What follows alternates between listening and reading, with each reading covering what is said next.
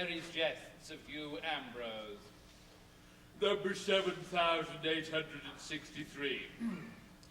The poor wit and the rich counsellor. A certain poor wit, being an hungered, did meet a well-fed counsellor. Marry, fool, quoth the counsellor, whither away?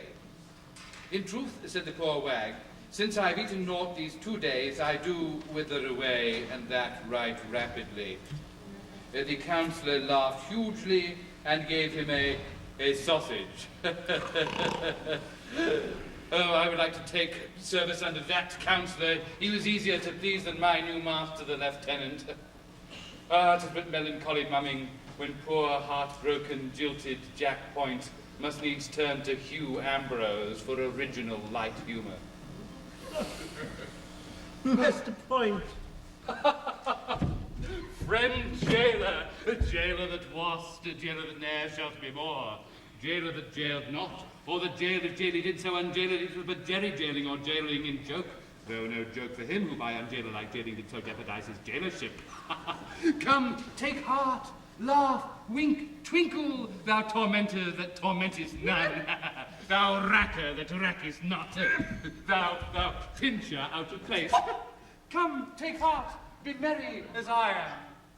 As I am. It's well for thee to laugh. Thou hast a good post and hast cause to be merry. Cause? Have we not all cause? Is not the world a big butt of humour into which all the will may drive a gimlet? See, I am a salaried wit, and is there aught in nature more ridiculous? A poor, dull, heartbroken man, who must needs be merry, or he'll be whipped, who must rejoice, lest he starve, who must jest you, jibe you, quip you, crank you, rack you, riddle you, from hour to hour, from day to day, from year to year, lest he dwindle, perish, starve, pine, and die. Why, when there's naught else to laugh at, I laugh at myself till I ache for it.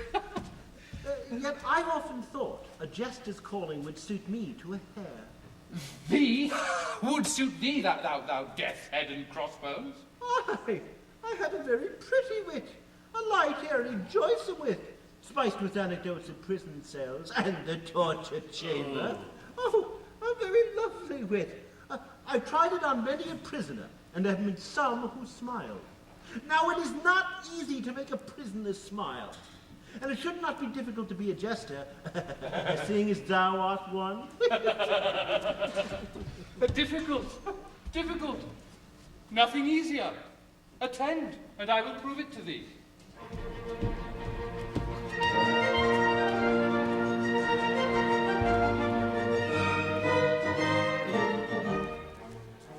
Oh, a private buffoon is a light-hearted loon, if you listen to popular rumour. From the morn to the night he's so joyous and bright, and he bubbles with wit and good humour.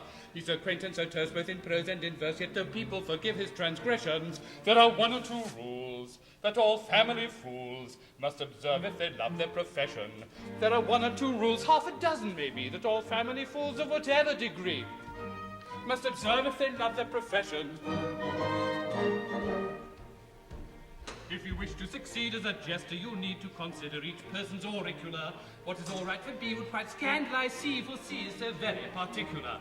And D may be dull, and D's very thick skull is as empty of brains as a ladle, while F is F sharp, and will cry with a carp that he's known your best joke from his cradle. When your humour they flout, you can't let yourself go, though it does put you out when a person says, oh, I've known that old joke from me cradle.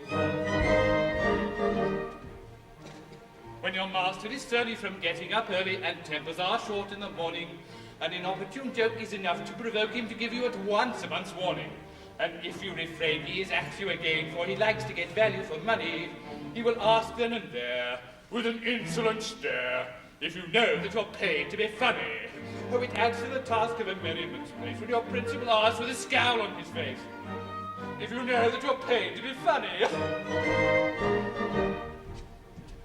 Comes a bishop, maybe, or a solemn deed, oh, beware of his anger provoking. Better not pull his hair, don't stick pins in his chair, he don't understand practical joking. If the jest that you crack of an orthodox smack, you may get a bland smile from those sages, but should they by chance be imported from France, Half a crown is stopped out of your wages. It's a general rule, though your zeal it may quench. If the family fool tells a joke that's too French, half a crown is stopped out of his wages. Though your head it may rack with a bilious attack and your senses with toothache you're losing, don't be mopey or flat, they don't fine you for that if you're properly quaint and amusing. Though your wife ran away with a soldier that day and took with her your trifle of money, bless your heart, they don't mind. They're exceedingly kind. They don't blame you so long as you're funny. It's a comfort to feel if your partner should flit. Though you suffer a deal, they don't mind it a bit. They don't blame you so long as you're funny.